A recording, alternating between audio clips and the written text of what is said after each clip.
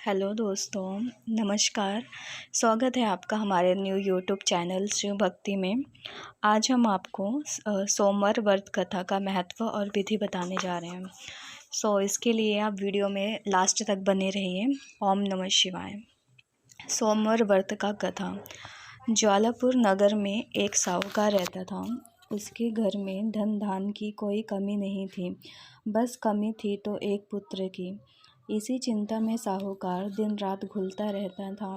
पुत्र प्राप्ति की कामना में वह प्रत्येक सोमवार को शंकर भगवान तथा मां पार्वती का व्रत और पूजन किया करता था। संध्या होते ही शिव मंदिर में जाकर वह शिव जी के सामने दीपक जलाया करता था। उसके इस भक्ति भाव को देखकर एक दिन श्री पार्वती जी ने शिवजी महाराज से कहा, ज्वालापुर का साहूकार आपका अनियंत भक्त है और सदैव आपका व्रत और पूजन बड़ी श्रद्धा से करता है। आपको उसकी मनोकामना पूर्ण करनी चाहिए। पार्वती जी की बात सुनकर शंकर भगवान मुस्कुराए और बोले, प्रिय, पृथ्वी लोक में सभी प्राणियों को उनके पूर्व जन्म के पाप पुण्य के अनुसार ही फल मिलता है।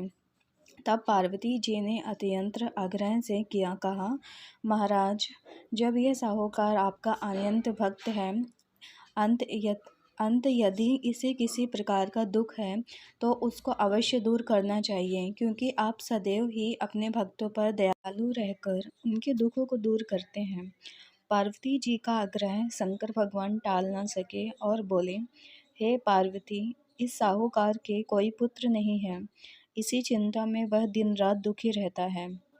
विधि के विधान अनुसार इसके भाग में पुत्र न होने पर भी इसे पुत्र प्राप्ति का वर देता हूँ, परंतु उस पुत्र की आयु केवल 12 वर्ष की ही होगी।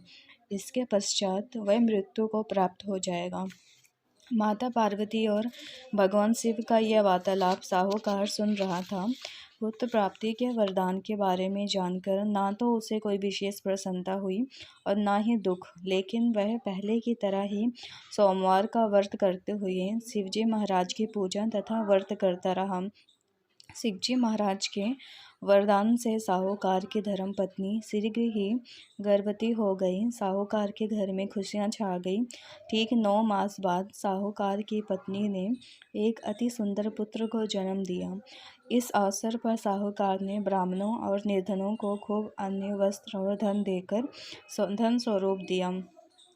जब उनका पुत्र 11 वर्ष का हो गया तो इस बालक की माता ने उसके पिता से विवाह के लिए आग्रह किया। साहूकार ने उसके इस आग्रह को टालते हुए कहा, हे प्रिय, मैं अभी इसका विवाह नहीं करूँगा और काशी जी पढ़ने के लिए भेजूँगा।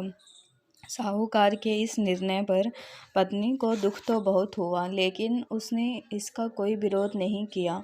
तब साहूकार ने अपने साले को बुलाकर उसे बहुत सा धन देकर कहा, तुम अपने भांजे को पढ़ने के लिए काशी ले जाओ। रास्ते में जिस भी नगर में रुको वहाँ यज्ञ तथा ब्राह्मणों को भोजन कराते जाओ।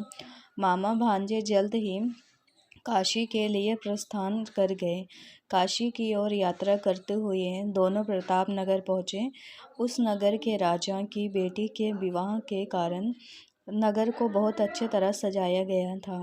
एक विशाल मैदान में बड़े बड़े शमियाने लगाकर बारात को वहां ठहराया गया था। दोनों मामा भांजे उस बारात को देखने गए। तभी दूल्हे के पिता ने साहूकार के सुंदर बेटे को देखा और अपने एक सेवक को भेजकर दोनों को अपने शमियाने में बुलवाया।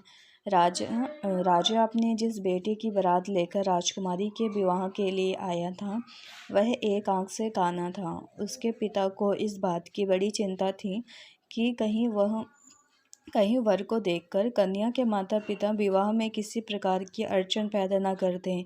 वर के पिता ने मामा भांजे की जब सारी बात बार बार उस लड़के को दूल्हा बनाने का आग्रह किया तो मामा ने बात स्वीकार कर ली। साहूकार के बेटे को दूल्हा बनाकर राजा की बेटी से विवाह करा दिया गया।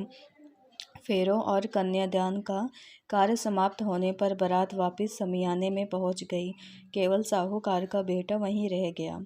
साहूकार का बेटा जब सुबह उठा तो उसने वहां से निकलने से पहले पलंग पर सोई राजकुमारी की चुनरी पर लिख दिया कि तेरा विवाह तो मेरे साथ हुआ है, परंतु जिस राजकुमार के साथ तुमको भेजेंगे वह एक आंख से काना है। मैं तो काशी जी पढ़ने जा रहा हूँ। मामा भांजा सूर्योदय होने पर काशी के लिए चल दिए। उधर जब सुबह राजकुमारी सोकर उठे तो उसने अपने चुंदरी पर लिखा पाया तो पढ़कर राजकुमारी सन्न रह गई।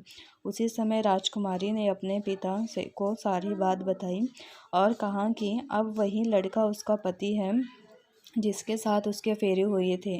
सारी बात जानकर राजा ने उस काने लड़के के साथ राजकुमारी को विदा करने से इनकार कर दिया। राजा अपने काने बेटे और बारात के साथ खाली हाथ लौट गया। उधर साहूकार का बेटा और उसका मामा काशी जी पहुंच गए। वहां जाकर मामा ने यज्ञ करना और भांजे ने पढ़ना शुरू कर दिया। जब लड़के की आयु 12 वर्ष की हुई तो उसकी मृत्यु का दिन समीप आ गया। मामा को इस संबंध में कुछ पता नहीं था। उसने एक बहुत बड़े यज्ञ का आयोजन किया था।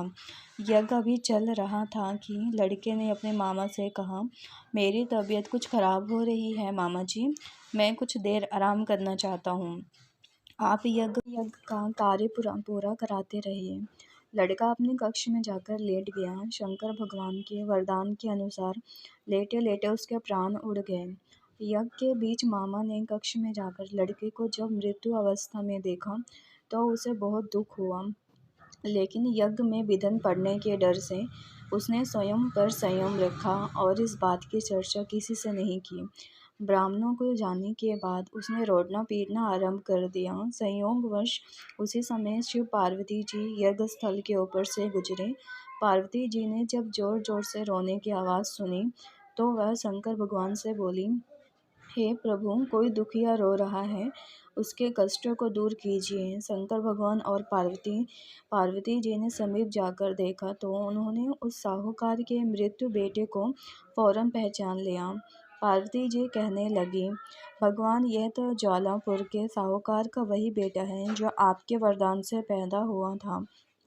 प्राणनाथ, कृपया करके इस बालक को और आयु दो, अन्यथा इसके माता पिता तड़प तड़प कर मर जाएंगे। पार्वती के आग्रह को शंकर भगवान टाल न सके और उस लड़के को जीवन दान दिया। साहूकार का पुत्र ओम नमः शिवाय कहता हुआ उठ बैठा।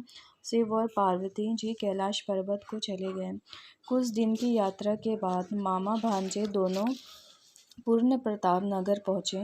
प्रताप नगर पहुँचकर मामा भांजे ने वहाँ यज्ञ किया। संयोग से उस नगर का राजा उस स्थान से गुजरा। राजा ने साहूकार के बेटे को यज्ञ करते देखा तो फौरन ही उसे पहचान लिया। अंत वह उन दोनों को महल में ले आया। कुछ दिन उन्हें महल में रखकर दोनों को खूब आदर सत्कार किया और फिर बहुत सा धन आभूषण स्वर्ण वस्त्र देकर राजकुमारी के साथ उन्हें विदा किया। दास दासियों के अलावा उनकी सुरक्षा के लिए बहुत से सैनिक भी उनके साथ भेजे। जब वह शहर के निकट पहुँचे तो मामा ने कहा कि मैं पहले तुम्हारे घर जाकर सबको खबर कराता हूँ। उस समय लड़के के माता पिता अपने घर की छत पर बैठे हुए थे और उन्होंने यह प्रण कर रखा था कि हमारा पुत्र सकुशल घर आया तो ठीक है, नीचे आ जाएंगे, अन्यथा छत से गिरकर अपने प्राण खो देंगे। इतने में यह लड़के के मामा ने जाकर यह समाचार दिया कि आपका पुत्र आ गया है, परंतु उनको विश्वास नहीं आया। तब उसके मामा ने शपथ पूर्वक कहा कि आपका पुत्र पत्नी के साथ बहुत सारा धन लेकर आया हुआ है। तो सेठ ने आनंद के साथ उसका स्वागत किया और बड़ी प्रसन्नता से रहने लगे। इसी प्रकार जो प्राणी सोमवार को विधिवत व्रत करके शंकर भगवान व माँ पार्वती जी की पूजा करते हैं, उस पर नीलकंठ महादेव अनुकंपा करके उसका घर खुशियों से भर देते हैं, निसंतानों को पुत्र प्राप्ति का वरदान देते हैं और धन संपत्ति के भंडार भरते हैं। दीन दुखियों के दुख दूर कर कर उनकी सारी मनोकामना पूर्ण करते हैं। बोलो हर हर महादेव, ओम नमः शिवाय।